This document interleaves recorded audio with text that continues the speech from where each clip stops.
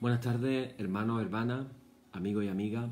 Aquí estamos de nuevo en nuestro oficio vespertino desde la Parroquia de la Ascensión en San Juan de Andalfarache, Sevilla, perteneciente a la Iglesia Española Reformada Episcopal, Comunión Anglicana, el que os habla el reverendo Miguel Ángel Pino. Un día más para estar con nuestra cita de oración y de estudio bíblico por la tarde, y cada vez queremos hacer nuestro oficio con una intención de oración. En este caso, queremos poner en intención de oración a nuestros políticos, en particular a nuestros políticos en España, que ante la escalada nuevamente del contagio y las muertes del coronavirus, que puedan tomar decisiones inteligentes y decisiones adecuadas, pensando sobre todo en los ciudadanos. Estamos asistiendo a muchos sinsentidos en el mundo político, no solamente ya a nivel nacional, sino también en otros países.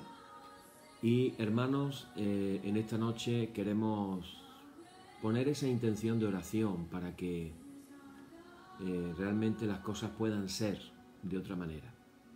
Así que, habiendo dicho esto, hacemos nuestra oración para comenzar nuestro oficio. Oremos. Padre, en esta tarde queremos agradecerte por tantas cosas buenas como tú nos has dado ya. Darte las gracias por todas las cosas buenas que vienen en camino,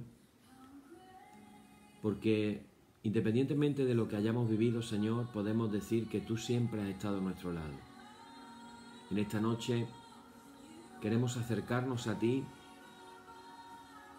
el Rey de Reyes, el Señor de Señores, sabiendo que tú nos has prometido que te acercarías a nosotros. Señor, abrimos nuestra mente, nuestro corazón, nuestra alma, para oír nuevamente tu voz, para experimentar nuevamente tu presencia, para sentir de una manera real que tú estás a nuestro lado. Señor, que tú seas exaltado de todas las maneras posibles en todos nuestros oficios. En el nombre de Jesús. Amén. Bien, hermanos, pues así damos comienzo en esta noche, hoy un poquito más temprano, diciendo como cada día, en el nombre de nuestro Señor Jesucristo, sea luz y paz. Amén. Desde el nacimiento del sol hasta donde se pone, sea alabado el nombre del Señor. Sea el nombre del Señor bendito desde ahora y para siempre. Oh Dios, cuyo nombre es bendito desde la salida del sol hasta su ocaso, llena de ciencia nuestros corazones y abre nuestros labios en tu alabanza, para que como eres bendito con el debido honor por todos los siglos, así seas alabado de oriente a occidente por todas las naciones. Amén. Por tu misericordia, oh Dios nuestro, que eres bendito y vives y gobiernas todas las cosas por los siglos de los siglos. Amén. Las obras de las manos del Señor son verdad y juicio. Fieles son todos sus mandamientos. Oíd el resumen que nuestro Divino Maestro ha hecho de los mandamientos de Dios. Amarás al Señor tu Dios con todo tu corazón y con toda tu alma y con toda tu mente. Este es el primero y el grande mandamiento, y el segundo es semejante a este. Amarás a tu prójimo como a ti mismo. De estos dos mandamientos pende toda la ley y los profetas, y a nosotros, discípulos suyos, nos ha dado Jesús un mandamiento nuevo diciendo: este es mi mandamiento, que os améis los unos a los otros como yo os he amado. En esto conocerán que sois mis discípulos, si tuviereis amor los unos con los otros. Oremos. Señor Jesucristo, sin cuya ayuda nada podemos hacer, vive en nosotros y capacítanos con tu gracia para que, llevando mucho fruto, demos gloria al Padre Celestial. Amén. Hermanos muy amados, reconociendo con sinceridad cuán lejos estamos de haber cumplido fielmente la voluntad del Señor, humillémonos en su presencia y con un corazón contrito confesemos todas nuestras faltas y transgresiones, seguros de que Él oirá nuestra súplica.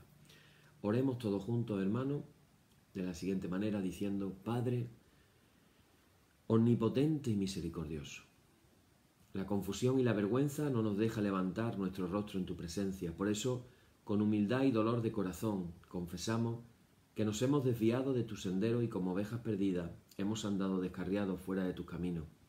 hemos seguido desordenadamente las intenciones y deseos de nuestro propio corazón, hemos roto tus santos mandamientos. Además de no hacer lo que debíamos, hemos hecho lo que no estaba bien hacer. Por eso, Señor, ten misericordia de nosotros, pobres pecadores. Perdona, oh Dios, a los que confiesan sus culpas, restaura a los que se arrepienten según tus promesas declaradas a toda la humanidad en Jesucristo nuestro Señor. Amén. Y el Señor Jesucristo, que tiene la potestad de perdonar pecados sobre la tierra y que no desecha al pecador que a él acude para salud, oiga vuestros ruegos, perdone todos vuestros pecados y os conceda su Santo Espíritu para que vuestra vida sea de aquí adelante pura y santa, hasta que seáis recibidos en el goce de su eterna gloria en las mansiones del Padre Celestial. Amén. El Señor sea siempre con vosotros. Alabaré al Señor conforme a su justicia y cantaré al nombre del Señor el Altísimo. Aleluya. Te ensalzaré, mi Dios y Rey, y bendeciré tu nombre para siempre jamás. Gloria y honor al Padre y al Hijo y al Espíritu Santo, por los siglos de los siglos. Amén. Señor, abre nuestros labios y nuestra boca anunciará tu alabanza. Hoy vamos a leer el Salmo número 34. Salmo número 34, que dice de la siguiente manera, muy adecuado para el tiempo en el que estamos viviendo. Dice así: Bendeciré al Señor en todo tiempo, su alabanza estará de continuo en mi boca. En el Señor se gloriará mi alma, lo oirán los mansos y se alegrarán. Engrandeced al Señor conmigo y exaltemos aún a su nombre. Busqué al Señor y él me oyó y me libró de todos mis temores. Los que miraron a él fueron alumbrados y sus rostros no fueron avergonzados. Este pobre clamó y lo oyó el Señor y lo libró de todas sus angustias. El ángel del Señor acampa alrededor de los que le temen y los defiende. Gustad y ved que es bueno el Señor, dichoso el hombre que confía en él. Temed al Señor vosotros sus santos, pues nada falta a los que le temen. Los leoncillos necesitan y tienen hambre, pero los que buscan al Señor no tendrán falta de ningún bien. Venid, hijos, oídme. El temor del Señor os enseñaré. ¿Quién es el hombre que desea vida? ¿Que desea muchos días para ver el bien? Guarda tu lengua del mal y tus labios de hablar engaño. Apártate del mal y haz el bien. Busca la paz y síguela. Los ojos del Señor están sobre los justos y atentos sus oídos al clamor de ellos. La ira del Señor contra los que hacen mal, para cortar de la tierra la memoria de ellos. Claman los justos y el Señor oye, y los libra de todas sus angustias. Cercano está el Señor a los quebrantados de corazón y salva a los contritos de espíritu.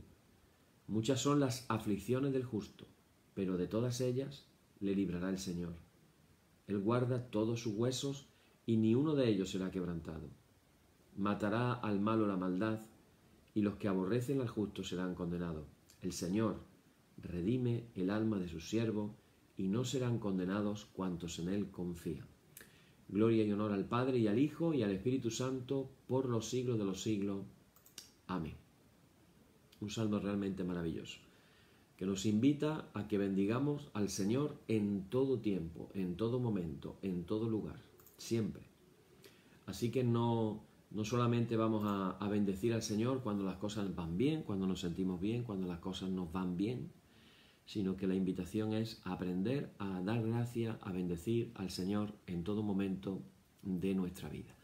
Bien, pues estamos disfrutando realmente con la oración del Padre Nuestro. Espero que aquellas personas que querían que compartiéramos acerca del Padre Nuestro, pues que realmente estén disfrutando igual que yo de compartir lo que la palabra de Dios nos enseña acerca del Padre Nuestro.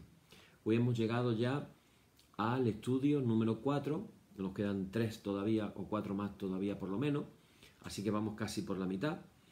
Y yo quiero recordar un poco el porqué del Padre Nuestro. Resulta de que los discípulos de Jesús, nos cuenta el Evangelio de Lucas, veían cómo Jesús se apartaba a solas para orar. Y seguramente lo verían de lejos, a lo mejor pudieron saber que oraba o a lo mejor no, pero ellos sí sabían que Juan el Bautista, no sabemos de qué manera ni cómo, les había enseñado a sus discípulos a orar de una manera diferente. Daros cuenta de que Juan el Bautista, no sé si hemos caído en la cuenta, Juan el Bautista, hijo de Zacarías, sacerdote, por herencia le habría correspondido ser sacerdote del templo igual que su padre. Sin embargo, Juan el Bautista no solamente no hace sus funciones como sacerdote del templo, sino que además se marcha al desierto de Judea, cerca del río Jordán, y allí es donde él realiza su ministerio. Es decir, en cierta manera está rompiendo con el sacerdocio y con el templo, y está ejerciendo un ministerio profético. ¿Qué le pudo enseñar Juan el Bautista a sus discípulos? En cómo orar. Bueno, pues ya de entrada, si resulta de que los discípulos, de que Juan el Bautista estaba en el desierto y no estaba haciendo sus funciones en el templo, pues probablemente el tipo de oración que se tenía que hacer en aquella época estaba centrada en el templo, a tal grado de que había que orar en dirección al templo de Jerusalén. Algo parecido a lo que pasa con los musulmanes con el lugar de la Meca, el lugar de la Kaaba, la Kaaba en la Meca. Todo musulmán tiene que orar en dirección a la Meca. Curiosamente, cuando se construyó en la mezquita de Córdoba, esto es un dato curioso, donde el califa hacía la oración como una manera de rompimiento con la Meca y con las dinastías musulmanas, el califa mandó construir el lugar desde donde él presidía y hacia donde la gente miraba, no en dirección a la Meca. Era como una manera de romper con la Meca. Bueno, pues Juan el Bautista rompió con el templo y no solamente no ejerció su ministerio en el templo, sino que además se fue al desierto. Claro, los discípulos veían cómo todos los días Jesús se apartaba para orar, y lo dice la Biblia, y subía al monte a orar, y se iba a un lugar apartado a orar, y pasaba las noches orando, y acordaros aquellos pasajes en los que, recordando por poner algún ejemplo, iban los discípulos en la barca por el lago y Jesús resulta que se había quedado a solas orando, como tenía como por costumbre. Entonces yo creo que los discípulos tendrían que haberse dado cuenta de algo especial en la manera de orar de Jesús. No era la manera de orar de los fariseos, no era la manera de orar de los saduceos, no era la manera de orar de la gente de su época, era otra manera. Jesús oraba de una manera completamente diferente. Y ahí es donde sale el que los discípulos se acercaran a él y le pidieran con humildad. En concreto, uno de los discípulos le dijo, Señor. Ese discípulo a lo mejor resulta que era el portador. Ya sabéis lo que pasa a veces con los grupos. Resulta de que va uno, pero ha sido enviado por el grupo entero, porque ese uno le dijo a Jesús, Señor, enséñanos. No le dijo, enséñame, a mí, a solas, sino a todos. Enséñanos a orar. Y Jesús, en su enseñanza de oración, le responde con el Padre Nuestro. Hermano, una de las razones de hacer estos estudios es para que revaloricemos la oración del Padre Nuestro. Y yo decía, hermanos, al principio que la oración del Padre Nuestro no solamente encierra una estructura de oración. Os recuerdo y os repito que Jesús no les dijo, cuando oréis, no les dijo, hacer algo parecido a esto. Él les dijo, cuando oréis, decid en imperativo, decid así. ¿Decid cómo? Y ahí empieza Jesús a decir, Padre nuestro, que estás en los cielos, santificado sea tu nombre. Así que, hermano, yo vengo animando a que estos estudios sirvan para revalorizar la importancia del Padre Nuestro. Y acordaros, para aquellos que no tenéis costumbre, o pensáis incluso, como habrá algunos que están haciendo mal, si oran la oración del Padre Nuestro, por aquello de que Jesús dijo también que no usáramos de vanas repeticiones como los gentiles, que evidentemente estaba hablando de gentiles, no estaba hablando de judíos. Y evidentemente no podemos llamar al Padre Nuestro una vana repetición. Ni siquiera me atrevo a decir si lo dijéramos 3 veces seguidas. Nunca el Padre Nuestro podrá ser una vana repetición, porque las cosas que se dicen nos las enseñó y nos instó Jesús a que las dijéramos. Así que, hermano, ni siquiera que tú le hicieras 3, ni 4, ni 5, ni 10 veces seguida al Padre Nuestro, nunca podría ser una vana.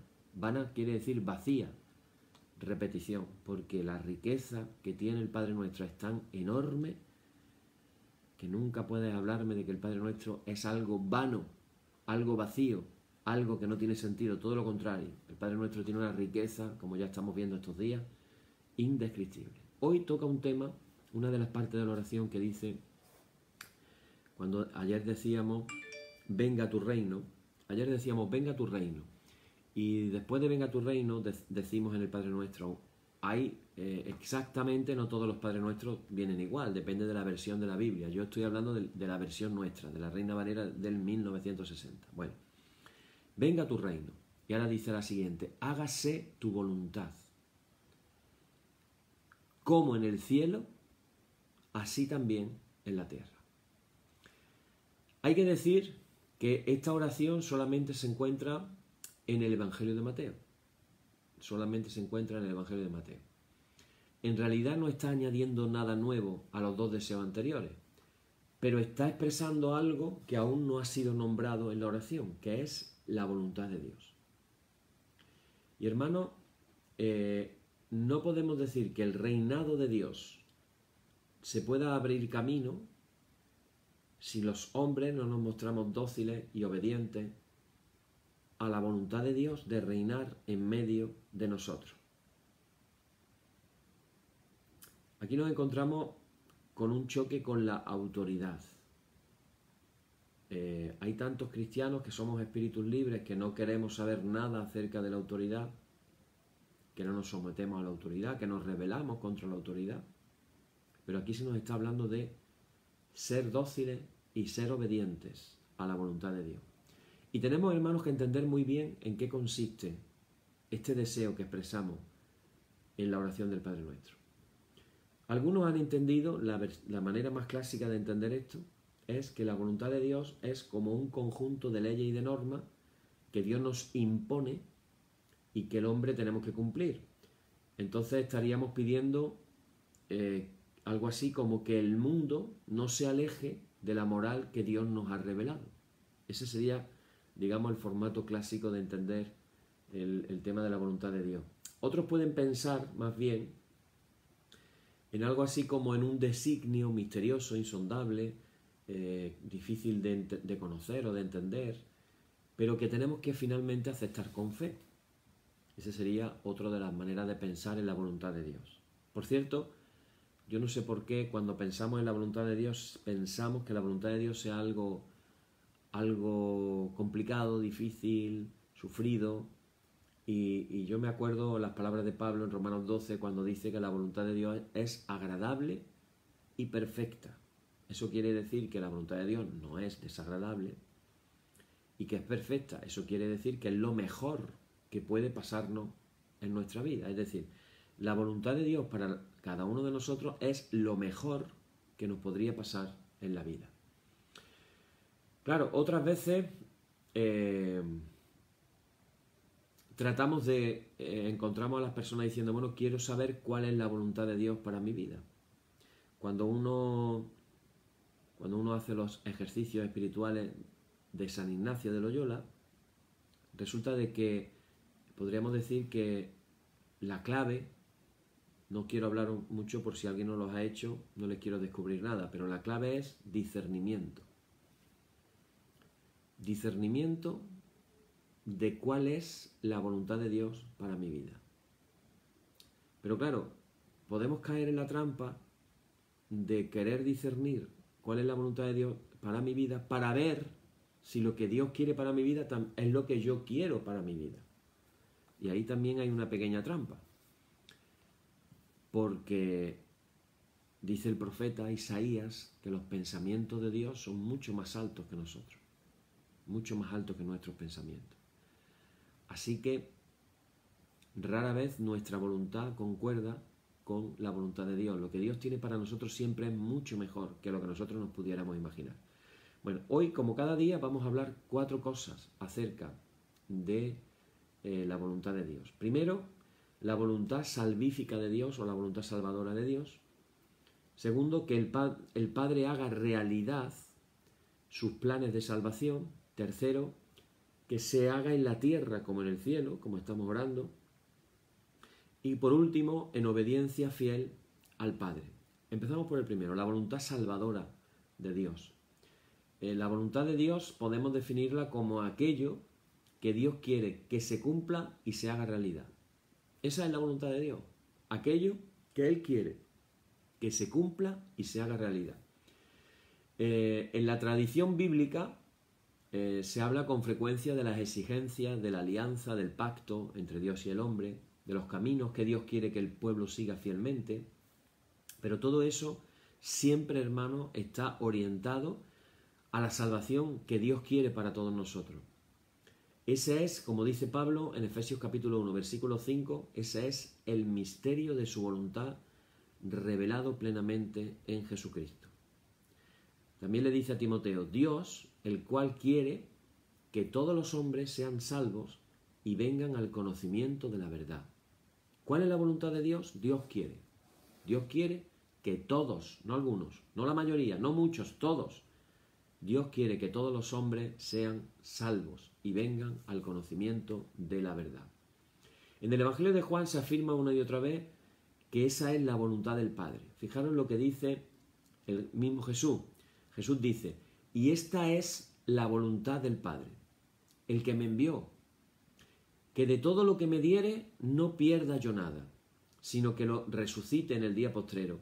Y esta es la voluntad del que me ha enviado, que todo aquel que ve al Hijo y cree en Él tenga vida eterna y yo lo resucitaré en el día postrero. Este es, hermanos, hermanas, el único designio de Dios. Porque no envió Dios a su Hijo al mundo para condenar al mundo, sino para que el mundo sea salvo por Él. Juan capítulo 3, versículo 17. Justamente ese versículo está detrás del versículo más citado en el mundo evangélico, porque de tal manera amó Dios al mundo que ha enviado a su Hijo unigénito para que todo aquel que en Él cree no se pierda, sino tenga vida eterna. Qué triste es cómo en el cristianismo hemos malinterpretado la salvación de tal manera que la comunicamos enfocándonos más. Fijaros, analizar esto y reflexionarlo en vuestras casas tranquilamente. Nos hemos enfocado más en la condenación que en la salvación. Le hemos dado más importancia a la condenación que a la salvación. Así que no estamos entendiendo entonces cuál es la voluntad de Dios. Con esta petición que hacemos en el Padre Nuestro, hágase tu voluntad, estamos repitiendo y reforzando lo que dijimos ayer en el estudio. Venga a nosotros tu reino. Este es nuestro gran deseo, repetido y una otra vez, que el reino de Dios vaya creciendo, que la gente se vaya salvando, que la gente venga al conocimiento de la verdad y llegue cuanto antes a su plenitud el proyecto salvador de Dios haciéndose realidad. ¿Queremos que el proyecto de Dios se haga lo más pronto posible realidad? ¿Lo queremos? Eso es lo que estamos orando cuando decimos venga tu reino y hágase tu voluntad. Eso es lo que estamos pidiendo, que el proyecto de Dios venga cada vez más rápido y cada vez se acerque más. Fijaros repito que esto es importante que nos quede claro, que la voluntad de Dios es que nadie se pierda, y menos los pequeños. Dice, pues no es voluntad de vuestro Padre del cielo que se pierda uno de estos pequeños. Está hablando Jesús de los niños. No es voluntad de vuestro Padre que se pierda uno de estos pequeños. Esto nos lleva al segundo punto, que el Padre haga realidad sus planes de salvación. Aquí lo que queremos, hermanos, es tomar una clara conciencia de aquello que estamos pidiendo. No estamos invocando a Dios, esto es importante que lo tengamos en cuenta, para que Él cambie y cumpla nuestros deseos. ¿Queda claro esto? No estamos orando para que Él cambie y cumpla nuestros deseos. Estamos orando precisamente para que nosotros cambiemos escuchando los deseos de Dios. Anda que no cambia la cosa. Anda que no cambia el concepto de oración que muchas veces tenemos, en el que parece que tenemos a Dios como un sirviente para darnos todos los gustos, para darnos todos los deseos, para darnos todas las cosas que nosotros queremos que nos dé. Aquí es todo lo contrario lo que estamos planteando, hermanos. Estamos planteando que no estamos invocando a Dios para que Él cambie y cumpla nuestros deseos, sino que nosotros cambiemos escuchando los deseos de Dios. Ojalá que te pueda quedar esto de este estudio, por lo menos esta frase se te pueda quedar grabada en tu corazón. Y esto significa reconocer que lo decisivo y lo importante y lo trascendental, hermanos, hermanas, no es nuestra voluntad. Lo decisivo es su voluntad. Así que el conocimiento de la existencia y los proyectos que nosotros podamos tener son cosas limitadas. Y es más, a veces hasta podemos estar equivocados en nuestros proyectos y planes. A veces podemos estar subiendo una escalera que no somos conscientes, pero cuando llegamos arriba decimos, ¿y qué hago yo aquí arriba? Si yo aquí no quería llegar. Porque estamos ejecutando planes equivocados. Lo importante es su voluntad, la voluntad de Dios, que es además, repito, una voluntad de salvación. La fe en Dios, Padre, tiene que despertar en nosotros una entrega humilde a su designio más importante y trascendente que nos envuelve a cada uno y a toda la creación. Solamente recordar que Dios nos ha creado a todos nosotros con un propósito. En la medida que nosotros vivamos en el propósito para el cual Él nos ha creado, en esa medida alcanzaremos la felicidad. Hacer la voluntad de Dios no significa tampoco anular nuestra voluntad o disminuirla, sino que la tenemos que orientar hacia nuestro verdadero bien. No hemos de olvidar que al amarnos, Dios no busca su propio interés, sino únicamente nuestro bien y nuestra dicha. O dicho de otra manera, Dios siempre busca lo mejor para nosotros. Porque a Dios lo que le interesa somos nosotros. Él nos ha creado por amor y buscando nuestro bien. No se te olvide esto. Dios te ha creado por amor y buscando tu bien. Así que la gloria de Dios consiste en que el ser humano pueda vivir y alcanzar su plenitud. Por eso cuando decimos, hágase tu voluntad, no estamos renunciando a nuestros intereses y a nuestro propio bien. Estamos pidiendo nuestra salvación y recordar que estamos pidiendo la de todos, porque hablamos en plural, Padre nuestro. En la tierra como en el cielo, tercer punto. Cuando en el lenguaje bíblico se nos habla de cielo y tierra, se nos está hablando de la totalidad de cuanto existe, o sea, toda la creación entera. Por eso, cuando dice Génesis capítulo 1, en el principio creó Dios los cielos y la tierra. Cielos y tierra equivale a la creación entera, completa. Pedimos, por tanto, a Dios que se haga su voluntad en todo lugar y siempre. Que no quede nada excluido. Estamos hablando de la totalidad. Que nada se cierre a sus designios. Que su voluntad de salvación lo pueda abarcar todo. Pero claro, hemos visto en la invocación, cuando decimos Padre nuestro que estás en los cielos, todos sabemos que el cielo es el lugar propio de Dios, mientras que la tierra es el lugar propio del hombre, de los seres humanos. Desde esta perspectiva, estaríamos pidiendo que se haga realidad entre los hombres lo que ya se da en Dios, en el cielo y con los seres angelicales, vamos a decirlo así. La decisión, imaginaros, ya está tomada en el cielo. Lo que Dios quiere ya lo ha decidido en el cielo, pero ahora tiene que ejecutarse entre los hombres. Y esto es lo que nosotros estamos expresando cuando oramos de esta manera. Estamos diciendo que se realice en la tierra el designio que ya Dios ha decidido en el cielo. Hágase entre nosotros lo que en el corazón del Padre ya se ha decidido. Aunque también tenemos que recordar algo. Es conocido un comentario de Orígenes de Alejandría, que dijo en una ocasión: si se hiciera la voluntad de Dios en la tierra como se hace en el cielo, la tierra ya no sería tierra, entonces seríamos cielo. Y aquí tenemos que acordarnos, hermanos, de aquello que hablábamos el otro día, del ya, pero todavía no. Pues aquí nos encontramos con el mismo dilema. El dilema de que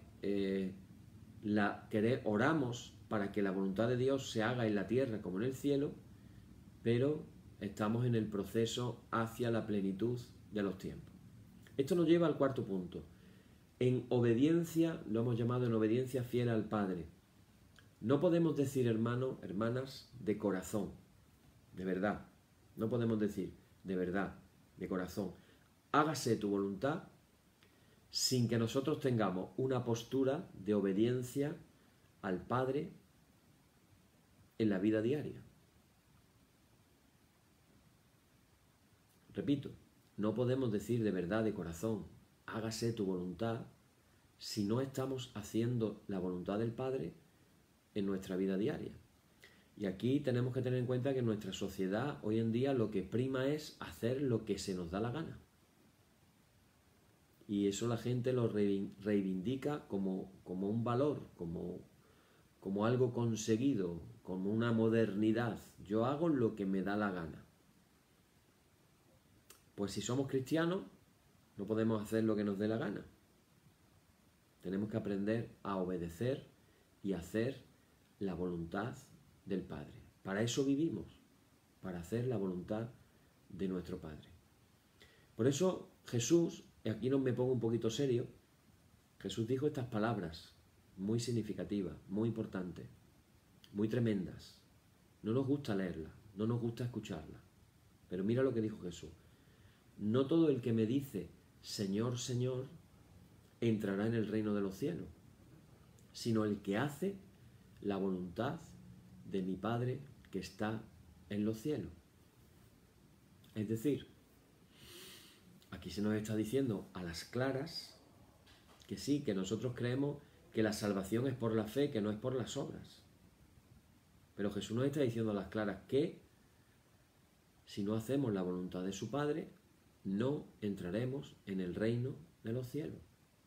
Entonces la pregunta ¿es vital e una importancia extrema hacer la voluntad del Padre o es una cuestión opcional? Si tengo ganas, si me gusta, si estoy de acuerdo, entonces sí voy a hacer la voluntad del Padre. Pero si no, yo hago lo que yo quiera. Pues fíjate lo que dice Jesús. No es una cuestión, vamos a decir, religiosa. No es una fórmula de oración, como cuando decimos la oración del pecador. Levanta la mano, haz la oración del pecador. O como cuando en otros ambientes se dice, pues tienes que rezar estas oraciones, etcétera, etcétera. Hermanos, no es una cuestión religiosa. Hay que hacer la voluntad del Padre que está en los cielos. Y ese modelo, hermano, es el que siguió Jesús. Por eso Jesús tiene la autoridad para decir esas palabras. Porque antes de decir esas palabras, Él vivía de esa manera, haciendo permanentemente la voluntad de su Padre que estaba en los cielos. Ese es el ejemplo de Jesús. El objetivo de la vida de Jesús es precisamente hacer la voluntad del Padre. Fijaros algunos versículos. Permitidme que lea algunos textos de la Biblia. Dice, porque he descendido del cielo no para hacer mi voluntad, sino la voluntad del que me envió. Juan 6, versículo 38. De hecho, Jesús es lo único que persigue cada día. Por eso dice, no busco mi voluntad, sino la voluntad del que me ha enviado. Jesús no buscaba su voluntad propia, sino la de su Padre que lo había enviado. Pero esa voluntad del Padre para Él no es ni mucho menos un peso de una gran obligación que tiene que cumplir, una ley pesada como una lápida que no lo deja respirar. Fíjate, todo lo contrario. Para Él hacer la voluntad del Padre resulta de que era el alimento de su vida, lo que le alimentaba, lo que alentaba su ser. Por eso dice estas palabras maravillosas también en el Evangelio de Juan. Dice, mi alimento es hacer la voluntad del que me ha enviado y llevar a cabo su obra. Juan 4, versículo 34. Esas palabras las dice Jesús estando en el pozo de Sicar, con esa conversación tan tremenda con aquella mujer samaritana. Los discípulos habían ido a buscar comida y lo que pensaban era que Jesús tenía hambre, y Jesús les responde con estas palabras. Les dice: mi alimento es hacer la voluntad del que me ha enviado y llevar a cabo su obra. Así que, hermanos, esta fidelidad al Padre lo que hace es mantenerlo en una comunión continua todos los días. ¿Cómo nos podemos mantener en comunión con el Padre? Oyendo qué quiere Él que hagamos para que podamos hacer su voluntad. Dice: el que me ha enviado está conmigo. No me ha dejado solo, porque yo hago siempre lo que le agrada a Él. Esta obediencia no siempre es fácil. De hecho, Jesús tuvo que experimentar en su propia carne, tuvo que experimentar lo que costaba esa obediencia, lo que costaba mantenerse fiel a la voluntad del Padre. Por eso dice el libro de Hebreos un versículo muy revelador. Hebreos capítulo 5 versículo 8 dice: y aunque era hijo, por lo que padeció, aprendió la obediencia. Es decir, hubo padecimiento incluso para poder aprender la obediencia. Pero en medio del sufrimiento, Él mantuvo una actitud firme de obediencia. Por eso nos cuenta Mateo, el capítulo 26, versículo 42, nos cuenta: otra vez fue y oró por segunda vez diciendo: Padre mío, si no puede pasar de mí esta copa sin que yo la beba, hágase tu voluntad. Yo considero que es la oración más importante que se ha podido hacer sobre la faz de la tierra. Lo que se estaba ahí luchando era si Jesús iba voluntariamente a la cruz del Calvario o no. Fijaros lo que significaba para Jesús ahí en ese momento tener que hacer la voluntad de su Padre, ir a morir a la cruz del Calvario. Y él sabiendo lo que se le venía encima. Por eso, hasta por dos, en Mateo dice 2 ocasiones, en otro evangelista dice 3. 3 veces. Tremendo. Así que, hermano, en Jesús tenemos el ejemplo. Por eso Él puede orar. Por eso Él puede hacer esta oración y decir: hágase tu voluntad como en el cielo, así también en la tierra. Jesús es nuestro camino a seguir.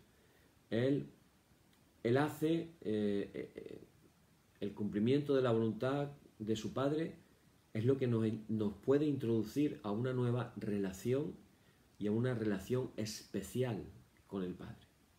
Dice Mateo 12, versículo 50, porque todo aquel que hace la voluntad de mi Padre que está en los cielos, ese es mi hermano y hermana y madre. Increíble. Con qué facilidad nos atribuimos ser hermanos de Jesús, ¿verdad? Yo soy hermano de Jesús. Pero Jesús te lo dice clarito. Hoy te lo está diciendo. Aquel que hace la voluntad de mi Padre que está en los cielos, ese es mi hermano y hermana y madre. Así que, hermanos, qué bendición es saber que cuando hacemos la voluntad del Padre que está en los cielos, entramos a una relación más profunda, más cercana con Jesús. La relación de hermanos. Pero de verdad, no de nombre. No en plan religioso. Muchas veces utilizamos la palabra hermano, hermana, muy religiosamente, pero sin sentido y muy vacía y muy hueca. Vivir la voluntad del Padre nos exige que tenemos que discernir cuáles son los caminos de Dios y preguntarnos de los caminos de Dios cuál es aquí y ahora y en concreto su voluntad para mi vida. Como dijo San Pablo: no os conforméis a este siglo, sino transformaos por medio de la renovación de vuestro entendimiento, para que comprobéis cuál sea la voluntad, la buena voluntad de Dios, agradable y perfecta. La voluntad de Dios es buena, es agradable y es perfecta. También les dice a los colosenses: por lo cual también nosotros, desde el día que lo oímos, no cesamos de orar por vosotros y de pedir que seáis, orar, que seáis llenos del conocimiento de su voluntad en toda sabiduría e inteligencia espiritual. Llenos del conocimiento de la voluntad de Dios. Así que, aparentemente, estamos viendo una tarea ardua, complicada, difícil. ¿Cómo vamos nosotros a conseguir todo eso? Como que fuera algo que dependiera de nosotros. Pero fijaros la promesa que hace Pablo a los filipenses. Él le dice, porque Dios es el que en vosotros produce así el querer como el hacer, por su buena voluntad. Dios es el que produce en nosotros el querer como el hacer. Dios está en el origen de todo. Tenemos que reconocer con humildad que con nuestras propias fuerzas no podemos conseguir las cosas. Por eso en Hebreos 13, versículo 21 dice, Él es quien os haga aptos en toda obra buena, para que hagáis su voluntad, haciendo Él en vosotros lo que es agradable delante de Él por Jesucristo, al cual sea la gloria por los siglos de los siglos. Amén. Así que le estamos pidiendo que sea Él quien cumpla su voluntad en nosotros. Y en esto tenemos que recordar a las palabras de María para ser conscientes de el espíritu de María cuando dijo aquellas palabras después de escuchar al ángel, que era lo que le decía que iba a pasar. Con su libre albedrío, María podía haber dicho no y podía haber dicho sí. Gracias a Dios, ella dijo sí. Y lo dijo con esta frase, Lucas 1, versículo 38. Ella respondió al ángel diciendo, hágase en mí según tu palabra. Después de decir ella, hágase en mí según tu palabra, es lo más probable que ahí fue cuando el Espíritu Santo vino sobre ella y fecundó un óvulo de María, y a partir de ese instante de hágase en mí según tu palabra, comenzó la gestación de Jesús en el vientre de María.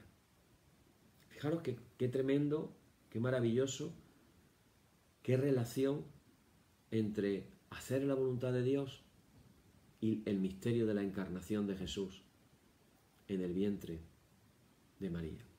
¿No es maravilloso? Esto podríamos reflexionarlo como un principio espiritual. Cuando hacemos la voluntad de Dios, comienzan a gestarse cosas maravillosas y hermosas en nuestra vida. Piénsalo de esta manera. Cada vez que hagas la oración, hágase tu voluntad, como en el cielo, así también en la tierra. Estamos pidiéndole a Dios que haga su voluntad. Estamos queriendo que haga su voluntad en nosotros. Y cuando afirmamos y reafirmamos que Él haga su voluntad en nosotros, estamos permitiendo que el Espíritu Santo venga y comience cosas realmente maravillosas y hermosas en nuestra vida. ¿No es maravilloso eso? Hermano, hacer la voluntad del Padre era el alimento diario de Jesús. Ojalá que en esta tarde nosotros podamos igualmente sentir eso, pidiendo que nuestro alimento sea que se haga la voluntad del Señor en nuestras vidas. Bueno, voy a compartir una canción antigua también. Estamos con unas canciones un poquito antiguas. Esta es muy conocida. Mi Cristo, mi Rey, nadie es como tú.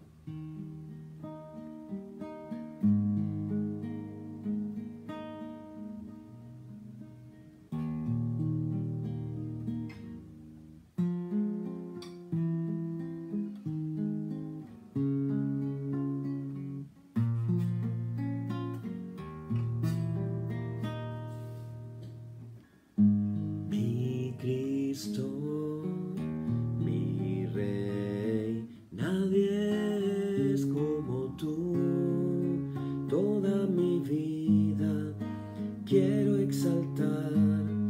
las maravillas de tu amor. Consuelo, refugio, torre de fuerza y poder, todo mi ser, lo que yo soy, nunca cese de adorar. Mi Cristo, mi Rey, nadie es como tú. Toda mi vida quiero exaltar las maravillas de tu amor. Consuelo, refugio, torre de fuerza y poder, todo mi ser, lo que yo soy, nunca cese de adorar.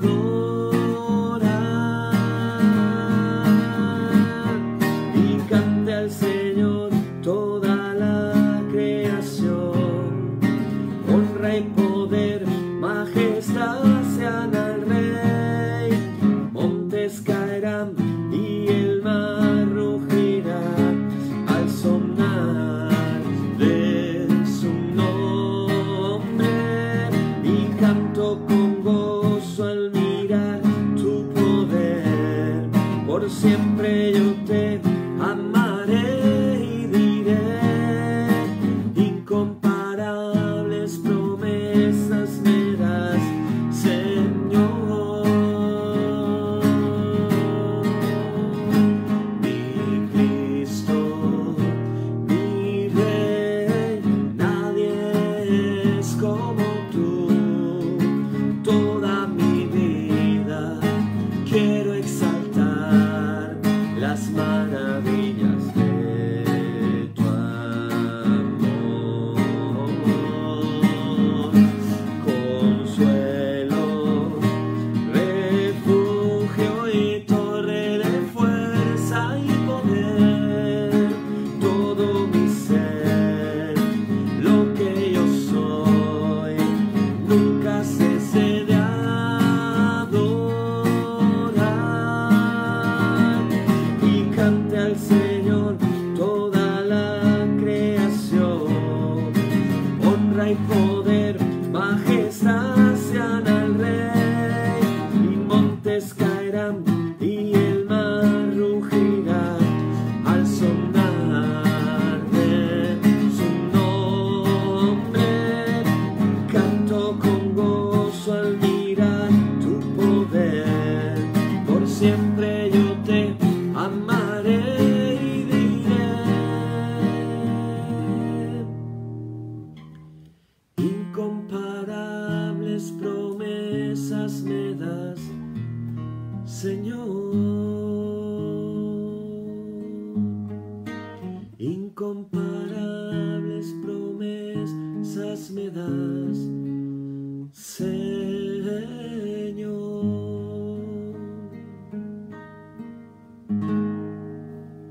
Incomparable promesa me das, Señor. Amén. Oh Señor, santifícanos en tu verdad, tu palabra es la verdad. Amén. Oremos, hermano.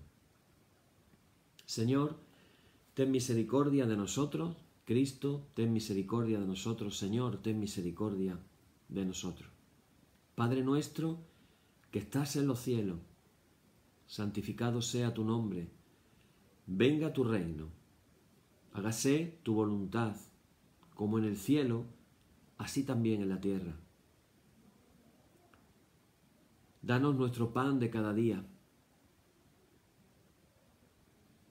Y perdona nuestras deudas, así como nosotros perdonamos a nuestros deudores. Y no nos dejes caer en la tentación, mas líbranos del mal. Amén. Líbranos del mal y confírmanos en tu temor con toda obra buena, oh Trinidad Dios nuestro, que eres bendito y vives y gobiernas todas las cosas por los siglos de los siglos. Amén. Señor, muéstranos tu misericordia y danos tu salud. Llena a tus ministros de virtudes y da alegría a tu pueblo escogido. Acuérdate siempre de esta congregación y de todas las congregaciones cristianas que tú has poseído desde el principio. Oh Dios, purifica nuestros corazones y no quites de nosotros tu Santo Espíritu. Por la tarde, de mañana y al mediodía, justo es, oh Señor, que te alabemos.